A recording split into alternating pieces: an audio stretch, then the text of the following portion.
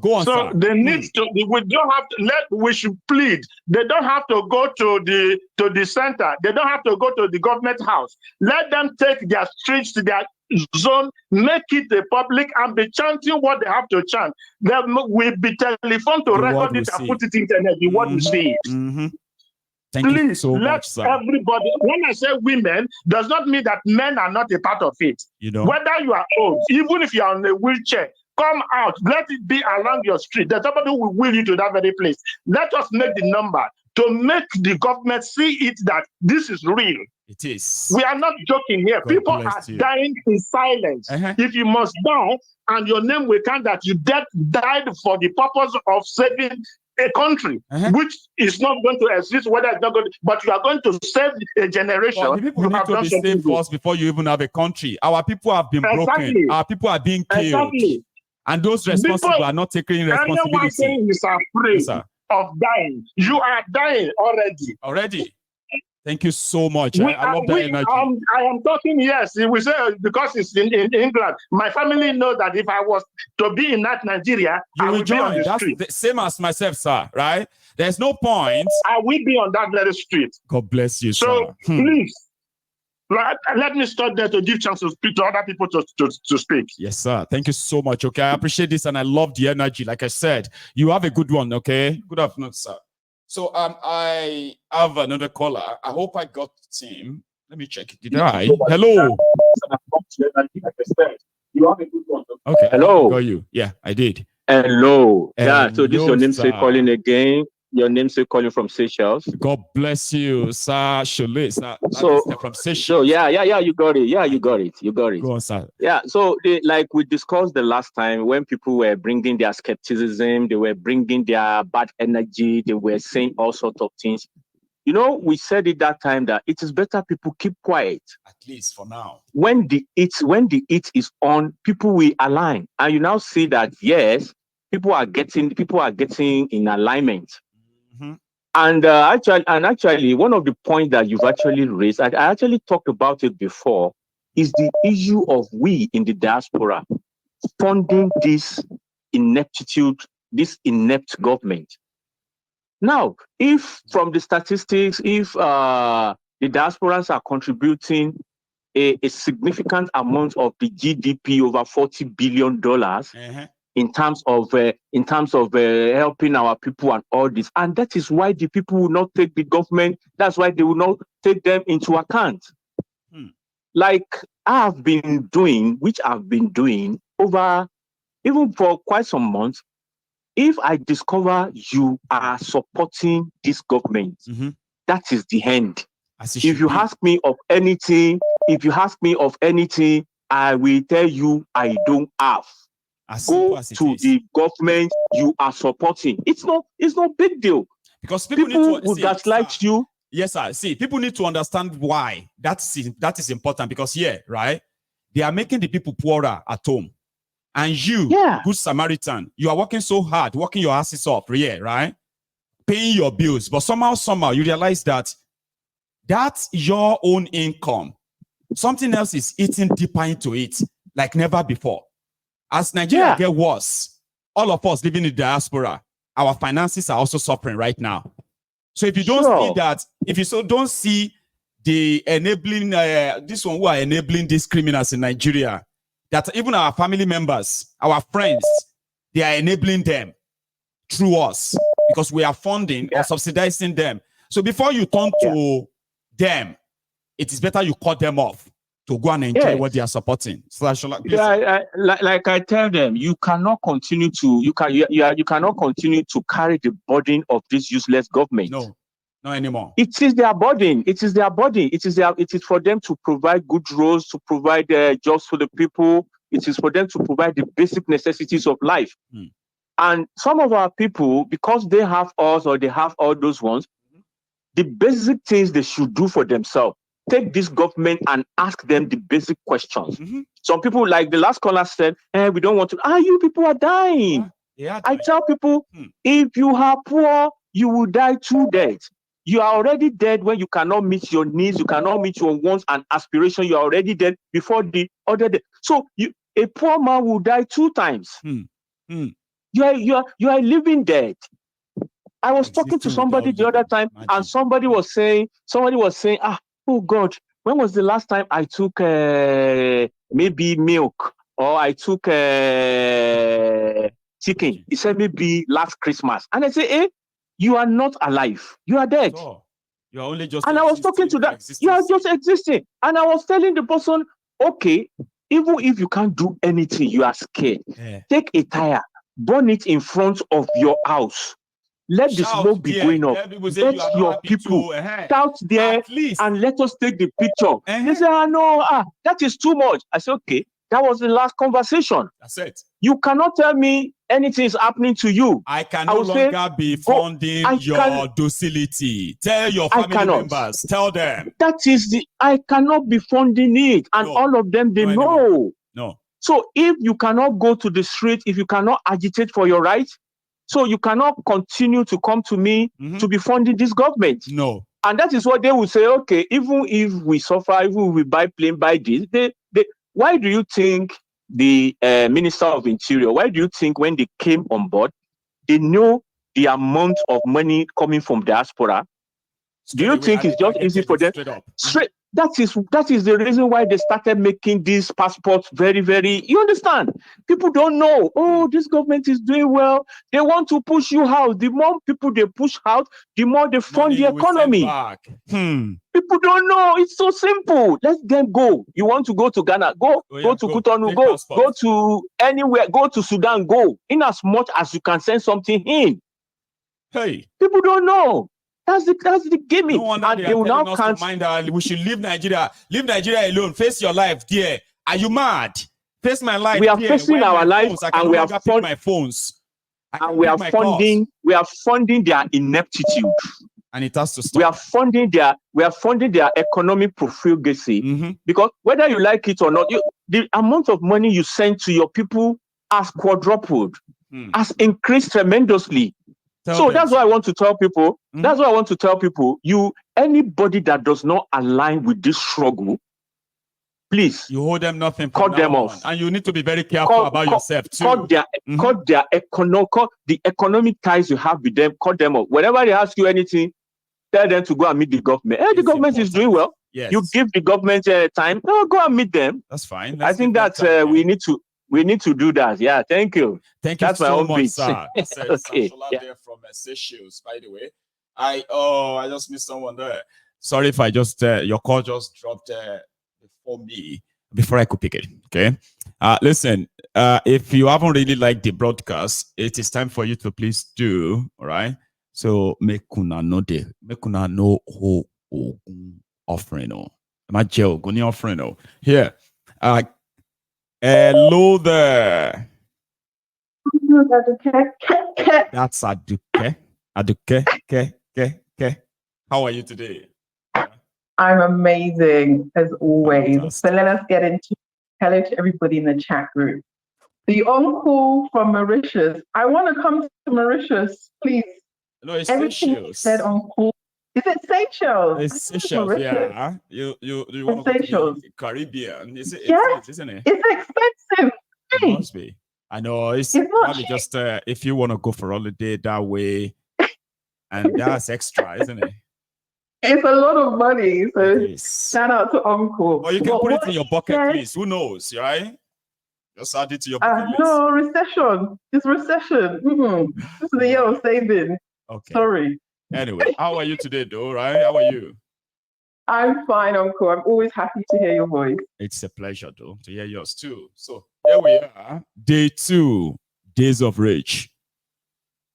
Yes, I concur with everything the last uncle was saying. I was saying to one of my friends, Nigerians in the diaspora, we need to have no sending of money month, September the 1st to the 31st, where Nigerians in the diaspora do not send money back to Nigeria unless it's for people who are taking medical treatment. Let us see how powerful we really are. Because I feel like Nigerians in the diaspora, we are the social services for Nigeria. I swear. We've been subsidized. We are the ones holding Nigeria. Now we be subsidies. That is why you see a lot of us working so hard. And at the end of the day, they're just working to fund their black taxes. It's unfortunate. And it keeps getting worse. Mm-hmm. And it's powerful. I don't think we uphold the Nigerian economy. And we need to show them that the more we uphold it, they are not going to change. Because like the last caller said, the average person in Nigeria, rather than them come out to protest, they're chilling. Somebody said the other day, did the guy not say it doesn't concern me? Yeah. Can you imagine? People say that. So somebody's fueling the economy, and it is the Nigerians in the diaspora. I would love to see us do something and be accountable for our contribution to that mess. That's number one. Number two, I would love to hear your perspective on this, Uncle Mayogu. Please. From my perspective, I believe that we have given Tinubu too much fame and fortune. I believe we need to stop mentioning his name because he is sitting somewhere thinking he's the boss. You know? Because everywhere you go, Tinubu. But the reality is Nigeria has over 50 ministers of state. Okay? The name of the Minister of Education is Tahir Maman. That's whose name we need to be calling out. The Minister of Defense, the Minister of Housing, Ahmed Danjiwa. Those are we need to be direct in communication. Like, we're too generic. Putting their faces right there, on the face of everyone. Yes. Say, look at this, guy. And I'll tell you why, Mr. Mayogu. Can I just read 2 sentences? Please. This is the definition. What is the job of a senator in Nigeria? The National Assembly is the nation's highest legislature, whose power it is to make laws. These include the requirement that the Senate may advise and must consent to some of the president government appointments. Also, the Senate must consent to all treaties with foreign governments. So everything Tinubu is doing was consented by over 50 ministers. Those are the names we need to be calling out. Because if you're targeting Tinubu, it's too easy. They'll say, oh, you hate Yoruba. But if we can focus the communication on these ministers, it will change everything. Because the ministers are not just Yoruba, they're Igbo. From everywhere. They're from the northern, they're from everywhere. So I want us to encourage, change the communication. You know, I'm passionate about information. The communication needs to be specific. Good. And lastly, before I go, Mr. Mayogu, there's one propaganda that Nigeria has been using. Do you know what that propaganda is? The propaganda of data. Numbers and data. Nigeria is 250 million. You don't even have electricity. Where's the data coming from? From here. Where's all my data managers? From their behind, you know? It's a lie. Don't lie. Where did you get the information? How did you collect the data? The only systems they have for data are the banks, and telephones. We do not have 250 million. The reason why they keep on saying that to you, Nigeria, is so that they can get loans from the white people. There is not 250 million. And to also continue to tell you why you will never be out of the hole. Because they say, you don't compare Nigeria with other countries. Do you know what it takes to take care of 250 million people? I say, what? They are not 250 million. No. Where's the electricity to calculate 250 million? Please. Where's the electricity? Always put those articles, right, in those international media, right? You see them in Reuters. They will just drop this article that says, African top growing countries in Africa. They just put all those numbers, manufacture the numbers. And Nigerian politicians will just run with that. Yes, and also the Nigerian people, it makes them feel good. You know, you already know your life is hell.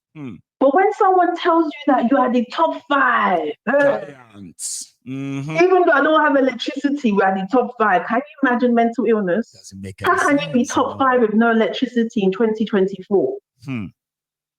You know, one of the problems we've been facing at the that is so much like obvious, right? is for a lot of people to begin to unlearn what they have learned, right? By Nigeria, which is mostly like conditioning, sort of, okay? Then a lot of people are having problem with taking some of what we say here to heart. Because it is too much for them to actually come to reality that majority of what they were told were lies. Like you grew up, you believe the lies. How could it now be so true? No, I'm not going to accept that. No. I'll just continue with the lie. I feel good with that. And that's the problem we are facing in Nigeria. You're right. You get what I mean? You're right. To deconstruct the people the way they have been constructed is the hardest thing. But, that's why I'm focusing more on the younger generation, okay? To make sure that instead of, that's what they do successfully, right? They have the older generation. They prepare us. So we have to prepare the coming one. It's a routine. And we all have to be like that, our heads in their hearts that way. If you begin to ask questions the way we are doing right now, we are the outliers. We are like the rebel among the flock, right? So they quickly separate us and do whatever they can to tame us in that regard. So a lot of people who watches me, a lot of people who are angry with me, people who tell you they don't like me and all of that, they are those who are conditioned to believe things I am now telling them are lies. How dare you say it's a lie? How dare you? Do you know that? Do you know that in 19... I say, it's a lie. Sir, it's a lie, ma. I say, no, shut up your mouth. What do you know? How dare you say it's a lie? I'm 65 years old. I'm older than you. How dare you say it's a lie? Because he's believed that lie for that 65 years. So I can't help them. I'm so happy to those who are here already. I'm happy for those who are here already. I'm putting my most effort on the younger ones. And I hope it's working. Aduke, thank you. And before I leave, Uncle Michael, there's somebody called Abubakar Kaire. He's the Minister of Agriculture. Go and research him. Ask him why there's no food. Thank you. God bless you, Aduke. Take care of yourself, okay? You have a good one. Now, I think I have 20 minutes to go. So that means I can still possibly take maybe 3-4 calls, okay? If we manage the time very well. Here, I have another caller. Hello. Hello. Hello, Ma. How are you? Did I get you or did I just... Are you there? Oh, no. I think you should try again then, okay? Oh, it's not connecting. It's just rolling. And I bet this caller is calling from Ghana.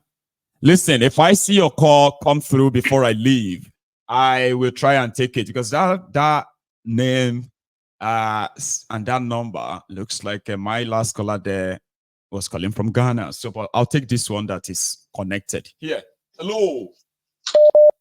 Hello, Mayegun General. Good morning to you. Prince Adewale, the African Wahala. How are you today, Baba? I'm doing well. I'm doing very, very well. Great. Good morning to everyone in the temple. Thank you so much, Mayegun, for your work. Thank you. Thanks. Yeah, I wanted to give people this other perspective of Tinubu. Tinubu hasn't come out to address the people since the beginning of the protest, or since when they gave him the warning about the protest coming up. He never came and said anything about it. No. He just doesn't give a damn, obviously. No. Now, the reason why Tinubu has this much balls to not give a damn is because Buhari did the exact same thing. Yeah. Prior to Buhari, they never had that much liver. These guys, they looked at us like trash. They looked at us like they're slaves, but they didn't look at us with this level of disregard. Because if you think about Jonathan, Yaradua, Obasanjo, and the rest of them, even Sani Abacha and them, they never ever, at least since I was born, none of these guys had the balls to just completely ignore the people in the midst of their pain and suffering. No way.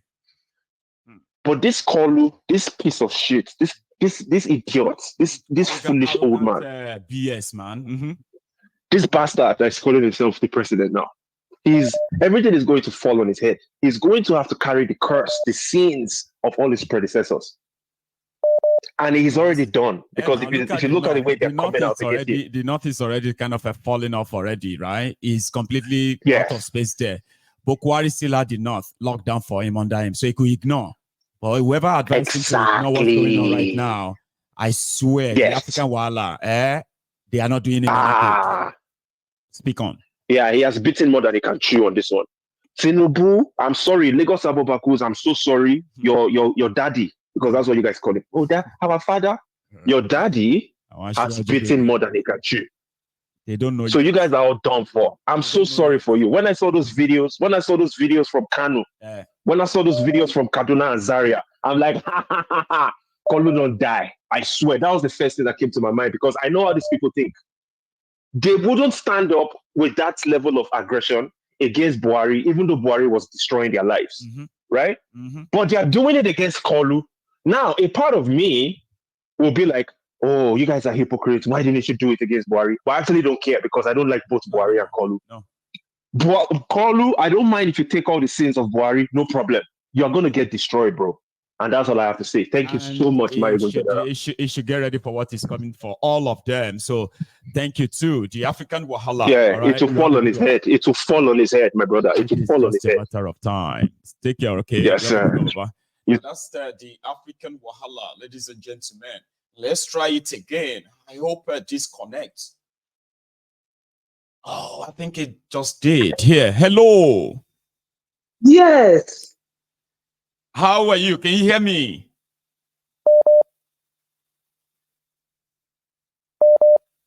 Oh dear. Is the network that bad? That is the second attempt from my caller from Ghana. I don't know if they are in Ghana, but that number looks like one. I do now. So we will try it again, okay? I still have 15 minutes to go. But out of that 15 minutes, I only have 10. The other 5 is just closing. Here, I have another call.